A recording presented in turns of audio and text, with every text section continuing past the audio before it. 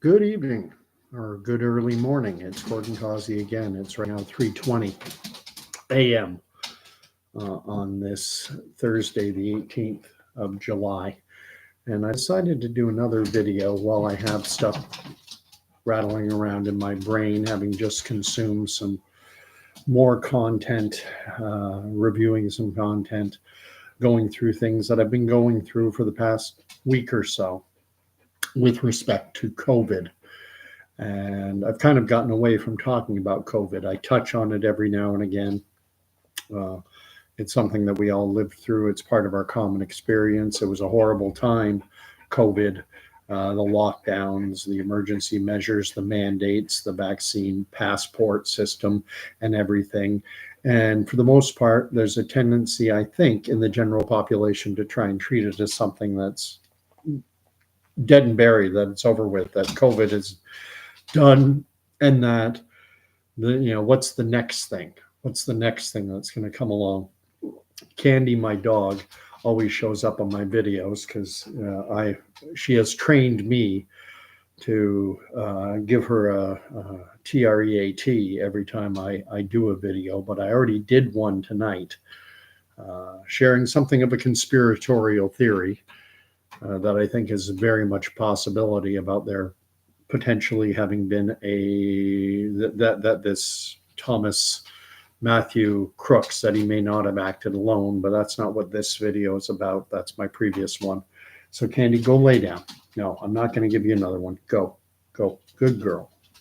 I wanted to talk about the potential for COVID to reemerge, to become again something of a global health concern. And this is difficult. This is challenging for me because it's just part of human nature. And I'm as guilty as anyone of making decisions about things and then putting them away and deciding that that's over and done with. This word to decide, this verb to decide, at its root, when you make a decision, you cut everything else off. And to decide is, in a fashion, it's to cut off from. So you're trying to decide where you're going to go on vacation. Am I going to go to Montreal? Am I going to go to New York City? Am I going to go to Banff? And you have a number of possibilities. And once you make your decision, you cut off all the other possibilities, and you stop concerning yourself with them. And so I kind of reach my own decisions, my own determinations with respect to COVID, and I can put it into something of a thesis statement. I viewed COVID, my opinion has always, for a long time now, from very early on, not right at the beginning when it was brand new and everyone was just learning about this thing, but very quickly I came to the opinion that SARS-CoV-2 was a virus that was created in a lab, most likely in Wuhan, China, and that it was released into the human population so that it could spread widely. And that my opinion, not an expert, no degrees in virology, immunology, epidemiology, or any other medical or related scientific field, but my non-expert opinion was that it was a mostly benign little virus that was only potentially dangerous for people who were typically much older and health compromised, people with so-called comorbidities, cardiovascular disease, circulatory issues, et cetera, et cetera. Basically, populations that exist largely within long-term care, nursing home, hospice type settings, that those populations were at severe extreme risk of COVID being very a significant health risk and potentially fatal. Some may recall that back in March, April of, even I think as early as February 2020, there were young kids, university age kids, the term that they affixed to COVID was boomer remover, removing the boomer population. And boomers as a generation are now roughly 75, 80 years of age. That's the front end of the baby boom, the front end. The back end is just, the back end of the baby boom is probably early 60s. It's the generation just before my own. I'm Gen X. I was born 1966. And the baby boom, when did it end? Some say 62, 63, some say 64. It's 3-4 years before I was born. That was the end of the baby boom. So this idea that COVID, the boomer remover, was that it was decimating the elderly population. I think it was boomers and those older than boomers. And that it wasn't that big of a health concern for the vast majority of the population. And that my opinion early on is that back in 2020 was that, all the effort that was being employed to keep everyone contracting it, that we would have been better served had those efforts been concentrated on protecting vulnerable populations. And that my non-expert opinion was that the majority of the population wasn't vulnerable, that we could get infected with this thing and maybe get sick, maybe get a flu-like illness, but flus do travel around. And again, non-expert opinion, which I'm stressing for the pink-haired fact checkers with their PhDs in gender studies. Just one man's non-expert opinions. And early in 2021, after the vaccine had come out, which shocked the living crap out of me that they could come out with a vaccine that quick. They apparently started working on it in March, April 2020.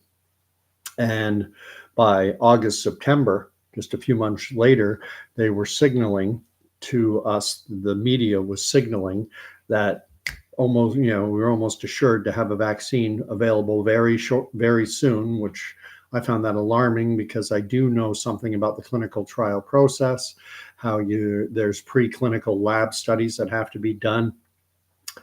And then after the preclinical lab work, that then, you might have animal studies, and then there's phase 1 safety trial, phase 2 efficacy trial, and then a large scale phase 3 trial that's geared toward gaining regulatory approval from the FDA in the United States, from the EMA in Europe.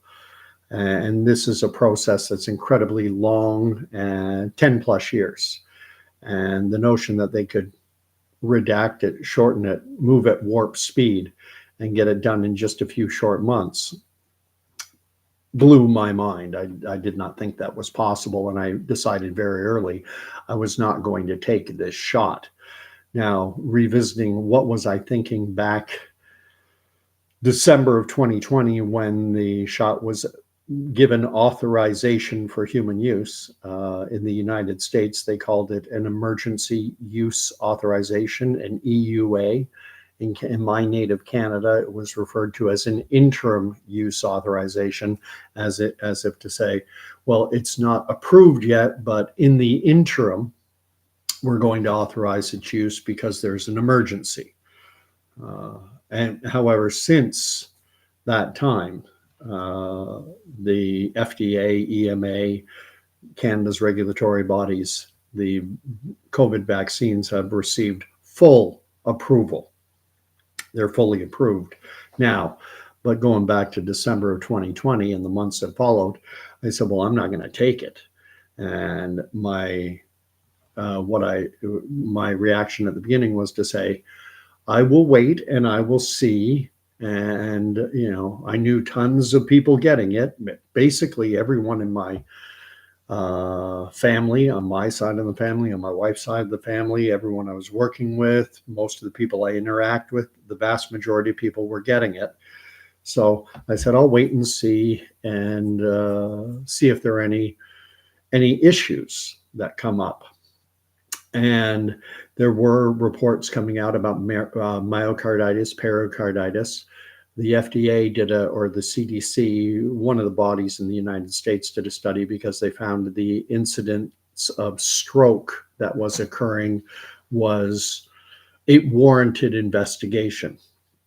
And very quickly, things started to happen. There were a number of people in my immediate little sphere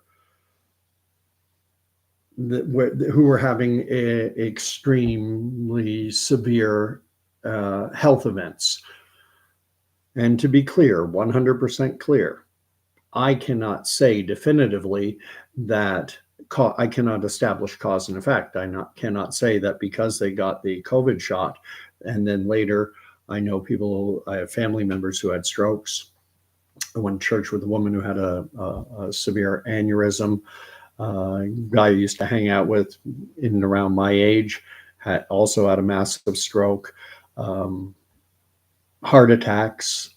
I have an extended family member, young man, 38 years of age, had a heart attack. A gentleman here in town, local politician, had a massive heart attack. And can I say definitively that all these events were caused by the vaccine? Absolutely not. I cannot say that. But the correlation was just too strong. And so I very quickly decided, okay, I went from saying, okay, I'm going to wait and see to, okay, now I've seen. And from my perspective, non-expert, I said, too many severe health events, I'll pass. And then it was around March of 2021, March or April, when I came across a gentleman by the name of Dr. Geert Vanden Bossche. I believe he's from Belgium. He speaks French and English. He speaks English very well, however, with a heavy accent, a heavy Belgian accent, but his facility in the English language is excellent. Just a heavy Belgian accent.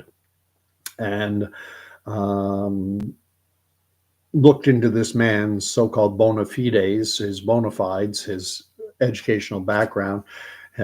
His degrees were in veterinary medicine, which is common he was, prior to the pandemic, he was one of the world's leading experts in vaccinology or vaccines. And many people in that field come from a veterinary medical background. Even Bourla, who's the head of Pfizer, that's his background, is veterinary medicine. Dr. Byron Bridle, who's one of Canada's leading experts in vaccines, he was given around $300,000 by the Ontario government, by our Ministry of Health. Early in 2020, the Ontario government wanted an expert opinion on the vaccines that were currently under development back then. And so they funded Dr. Byron Bridle $200,000 to $300,000, his lab at the University of Guelph. And Dr. Byron Bridle likewise has his background is in veterinary medicine. This is common. And when you think about it, when we talk about human beings and the DNA that we share with other mammalian species, rats, mice, lemurs, chimps, and everything else, we share 70, 80, 90% of the same DNA. And I've learned so much over the past 4 years, and especially a lot during that first 2-year period, that I almost feel like I deserve credit towards 6 months, 6 months credit toward a degree in something, some form of medical, some medical discipline, epidemiology. Epidemiology isn't medical, though. Epidemiology is about how viruses transmit, how pathogens spread, it's more mechanical, but virology, immunology, something, even anatomy. And want to try and give this some focus, but it's going to be long. And I'm probably doing this as much for my own benefit as anyone else's. I just like to get my thoughts out there, kind of like to organize them. But now I forgot where I was. Oh yes, Dr. Geert Vanden Bossche. Back in March, April 2021, he issued a paper stating that, in his expert opinion, that the mass vaccination going on globally, that it should stop immediately. And he said McGill University referred to his projection, his opinion, as a doomsday prophecy. McGill came out with this paper, and it said the doomsday prophecy of Dr. Geert Vanden Bossche.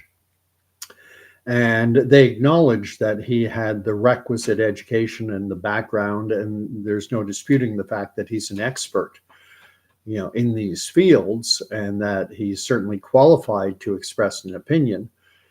They basically pretty much put a tinfoil hat on him, and said that he was trying to cash in on the hysteria that people were having against the vaccines and that kind of thing.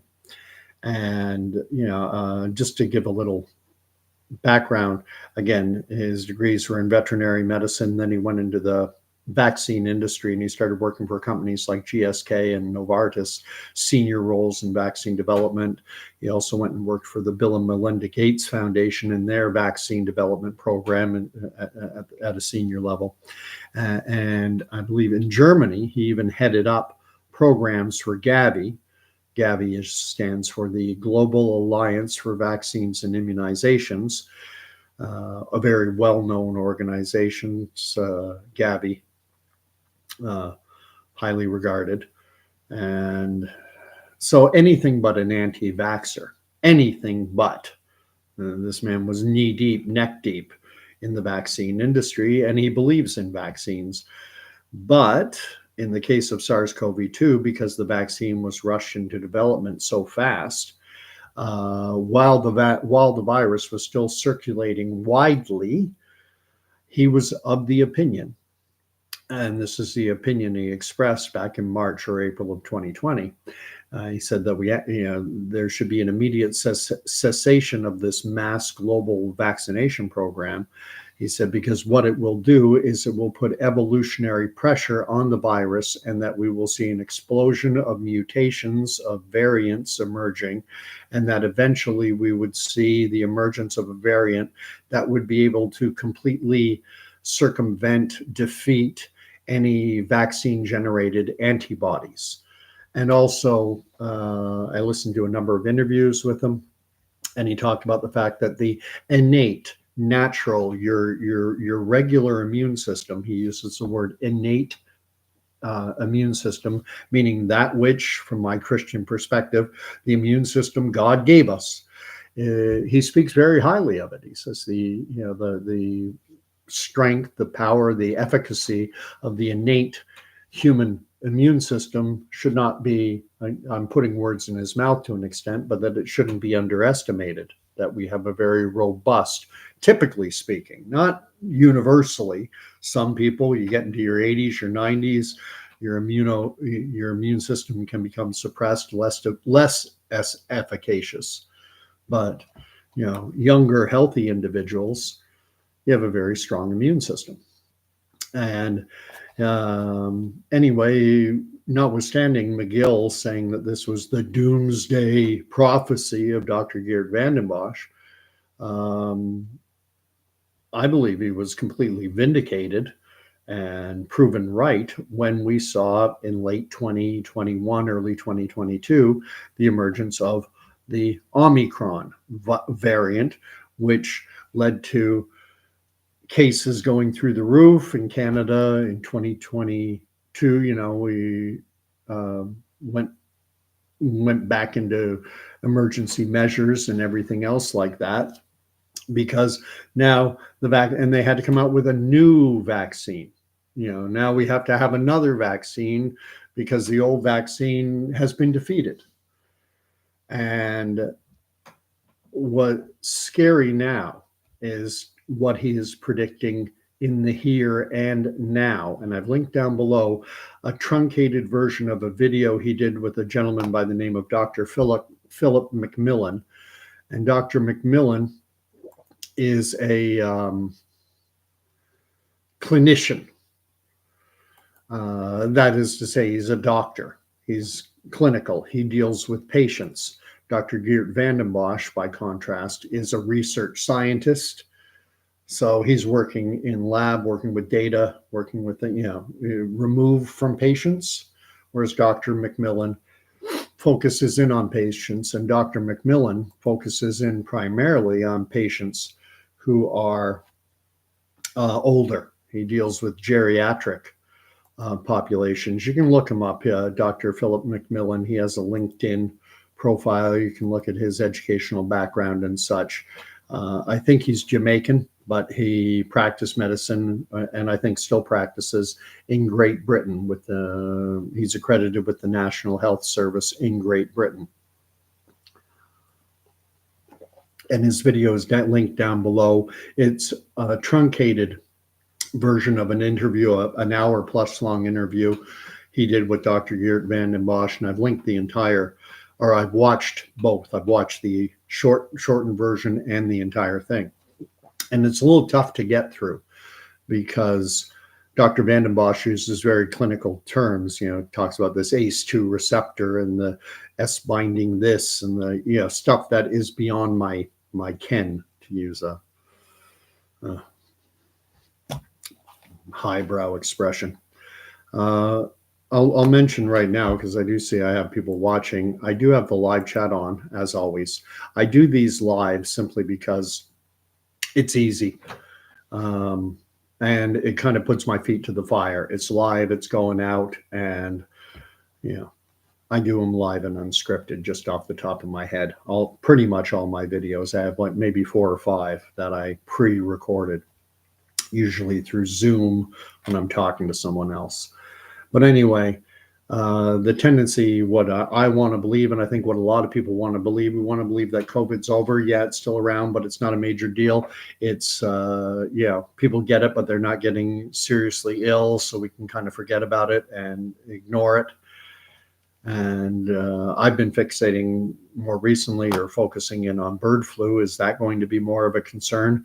But even though I've kind of decided, again, getting back to this decision, I've decided that COVID is, that's yesterday's news. I'm an individual who I like to challenge myself. I like to challenge my preconceived notions, because quite often you find out that those preconceived notions that you had, that you were wrong. And I realized something in watching this video with Dr. Geert Vanden Bossche, is this idea that COVID is over. Well, if you pay attention to the news, you see that they are continually announcing the development of new strains of the virus. There's this I think it's KP3, KP2, KP something is a new one. And then they have this FLIRT, FLIRT family of variants that have come out, and there are other variants. We have the XBB 0.1.5. It's been variant after variant after variant after variant. And what that tells me, and it tells me this because I'm informed by voices like Dr. Geert Vanden Bossche, is that the virus, notwithstanding the high vaccination rate in countries like Canada, the virus is still circulating widely.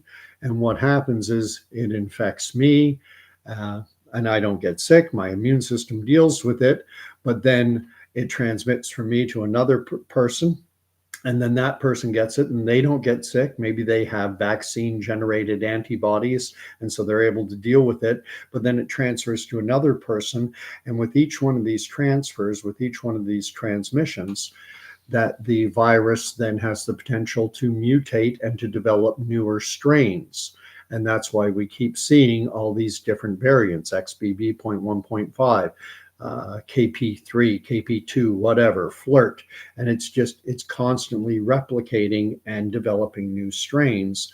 And what Dr. Geert Vanden Bossche is of the belief that we will see in the not too distant future. He doesn't put an exact time frame on it, but he says he expects it soon, but he doesn't put a specific time frame on soon. Dr. McMillan asked him, he said, you're talking about this potentially by the end of June. What if we get to June and it doesn't happen? Does that mean it's passed? And Dr. Vanden Bossche said, look, whether it's the end of June, the end of July, end of August, end of September, this is a very narrow time frame in any respect. It's a very, it's like waiting for a bomb to go off where you've been told the bomb is going to explode at 3 p.m. on the dot, and you look at your watch and 5, 4, 3, 2, 1, it's 3 o'clock. Oh, the bomb didn't go off, and 12 seconds later, bam. Well, was the bomb faulty? No, it's just off by 12 seconds, which is meaningless. When we're talking about the emergence of a variant that is, dangerous, a COVID variant that is dangerous, emerging, and he's very much of the opinion that in the months ahead, he doesn't put a specific time frame on it, but that, we're seeing, obviously the virus is still circulating around, or we would not be continually seeing all these emerging variants. And this is where things get difficult in our polarized world, and with so much genuinely fake news out there. There is a lot of fake news out there. There was certainly a lot of fake news regarding COVID, so it's so difficult to sift through things and decide what's real and what's fake. And tons of the fake stuff was coming directly from the mainstream. It was even coming from public health officials who would not allow you to speculate that the virus might have come from a lab. No, you weren't allowed to speculate on that. Thanks to Anthony Fauci and his crowd. They wanted one narrative, and that was that it came from a wet lab in Wuhan, China. And so there was, misinformation, disinformation coming out from official channels telling us exactly what to believe. Then, the next thing was that masks were proven, 100% empirically proven as a safe and effective method for mitigating viral transmission. And there is so much conflicting information on that. It's political. Anthony Fauci was on 60 Minutes early in the pandemic being asked why the NIH and why, U.S. health officials were not at that point mandating masks or recommending masks for people. And Anthony Fauci said, you don't want people touching their face. He said during a 60-minute interview, you don't want people touching their face, because the more people touch their face, the more that increases viral spread. And so people who wear masks, especially people who have never been trained in how to properly wear and handle PPE, personal protective equipment, that it just leads them touching their face more, which increases the rate of viral spread. So we're not recommending it. But then later, he changed because a large segment of the population was screaming, you got to put masks on us. And so, all right, you want to wear masks? We'll mandate it. Wear masks. And he forgot, conveniently, what he had said to the world through 60 Minutes about the perfectly reasonable fact, and everyone knows it because everyone sees people wearing masks, touching their face constantly. Everyone learned this in grade 7 and 8 health class, for goodness sake in middle school health class. The reason we wash our hands or told to wash our hands so much during the flu season is because eyes, nose, mouth are the key entry points for viruses, and people touch their face as a matter of course, reflexively without even thinking about it. But I want to get back to the point about this Dr. Geert Vanden Bossche. And so what he is anticipating is that we are going to see the emergence of a variant that not only escapes any antibodies, any vaccine-generated antibodies that people have, but that eventually one will be virulent and highly pathogenic, high disease causing. And in listening to Dr. McMillan, he's been talking about something, he's calling it STORM, and STORM, I've referenced it a few times. I wrote it out though. It stands for Spike Triggered Autoimmune Response Mechanism. Basically that the spike protein that's going to trigger an autoimmune response. And we all know about autoimmune disease. You know, Bell's palsy is an autoimmune disease. Alopecia is an autoimmune disease. These are, my understanding, low level, non-expert with autoimmune disease, is that the immune system kind of attacks itself. Instead of attacking disease, it actually attacks healthy things that you need. And that's the idea behind this. I can't even pronounce it, cytokine or cytokine storm, where the immune system turns on your own unhealthy tissue, unhealthy cells and tissue, instead of attacking viruses and pathogens. And that's what this Dr. Phillip McMillan is talking about. And I know there's a tendency among many in the freedom, the truther movement, whatever you want to call it, who view the entire thing as a crock and it's all fake news and everything. And so, you know, and I think it's part of this decision-making process. People have decided that they're not going to deal anything more with COVID. They're just going to put anything related to COVID and they're going to throw it into that file that says garbage and nonsense, and I'm not going to pay attention to any of it. And I think that's dangerous. I think there are voices out there. You don't necessarily have to buy them 100%, but I think they are worth listening to. Dr. Geert Vanden Bossche is not being interviewed on CNN, on BBC, on CBC. He doesn't have a high profile in the mainstream world, but he also doesn't have any profile really in the what I'll call the alternative media space either. He's not going on Alex Jones and Dr. or Lorelei, or, you know, there are all these countless channels out there, Rebel News and the Western Standard, and there are all these alternative media sources. I'm trying to remember that other one.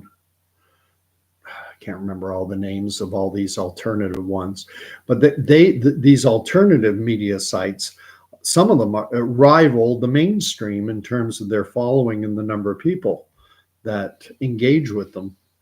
And Dr. Geert Vanden Bossche doesn't really operate in either sphere. And to my mind, that makes him a compelling and an important voice to listen to. He's not in the mainstream, but he's not in the alternative either. It's like he's being ignored by both sides. And there's this notion of controlled opposition, that there are powers behind the curtain, so to speak, that are kind of pulling the strings on both sides to manipulate people like me. So hearing a voice that's outside of both of those paradigms, I think is important. And I know there are voices out there that say, you know, viruses don't exist, but viruses have never been completely properly isolated, blah, blah, blah. And even Dr. Michael Yeadon is another one of these voices. He is a former vice president at Pfizer. He's one of Pfizer's a former chief science officer. They have numerous chief science officers for different divisions, pediatric medicines, respiratory ailments, for ENT, maybe ear, nose, throat, for different. And so he was one of their chief science officers, one of their vice presidents, and he left Pfizer and started his own biotech company, which was later sold to Novartis. And Forbes estimated that the purchase price was around $1 billion US. So important name, but he's been on Alex Jones. He's been on InfoWars. He's become a voice in that alternative media sphere, ignored by the mainstream, but a big voice in the alternative media sphere. Another big voice in that alternative sphere was Dr. Peter McCulloch and Dr. Robert Malone. These guys became big voices in the alternative media sphere. Whereas Dr. Geert Vanden Bossche, the reason I kind of like listening to this gentleman is because he's not in either one. He's not in the mainstream, not in the alternative. And so is this going to be a thing? And in listening to Dr. Phillip McMillan, it seems to me what they're anticipating is that it would be like a rehash of what happened early in 2020. And in 2020, just about all the deaths that were being reported in Canada was 80% of our deaths widely reported. Even Dr. Theresa Tam in the Washington Post quoted as saying that 80% of the deaths in Canada were happening in long-term care facilities. And it seems to me that's what Dr. McMillan, I believe, is proposing would be this next storm would again be targeting older, vulnerable populations. We still have elderly, vulnerable people out there. And the suggestion by the Dr. McMillans and Dr. Geert Vanden Bossche is they don't dismiss the efficacy they're not anti-vax. They think that a vaccine used properly, developed properly, deployed properly, that it has a benefit, that it is worthwhile. Dr. Vanden Bosche's opinion in March, April of 2021, when the vaccines first started to roll out in earnest, so a year after the pandemic had started, Dr. Vanden Bosche's opinion was that the time for a mass vaccination would be after a degree of, I believe, herd immunity had been established through natural infection, and that after transmission rates were much, much lower and things had faded into the background. And then, you do mass vaccination, which is what we always did in the past. We never vaccinated into a pandemic before, even with polio. Polio, by the time they had a vaccine that was developed, the surge in polio infections had been going down for years, and it was background noise by the time the polio vaccine came out. It wasn't circulating widely. He said that putting out mass vaccinating globally while the virus was circulating widely, all it simply did is it put evolutionary pressure onto the SARS-CoV-2 virus, and that the virus was able to learn how to mutate and to develop different strains that could defeat the vaccine-generated antibodies, and that it suppressed the innate and, in most cases, very robust innate immune response to SARS-CoV-2. And personally, when you listen to Dr. Vanden Bossche, he's very apologetic somewhat for the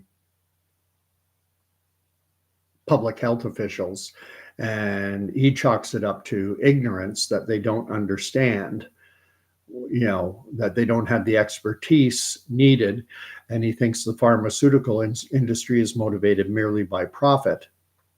I have a different take. I think at the most senior levels that there is an understanding of what this is doing and what it will do and the implications on human health going forward. I don't think it's being done in ignorance. I think I genuinely do believe this is by design. Anyway, we shall see. Is there going to be an explosion, a storm of COVID cases coming up in the weeks or months ahead? That's Dr. Vanden Bossche's opinion, that he anticipated that it could start as early as the end of June. We're now two plus weeks past that, but that was kind of his earliest date, by the end of June. But he likewise said in this interview that you can watch down below, he said, whether it's the end of June, the end of July, August, or even the end of September, we're talking about a very narrow window of time. So there's really no difference between end of June and end of September. It's basically the same. It's within that same very soon time window. Anyway, I'll leave it there. God bless, and we'll talk to you later.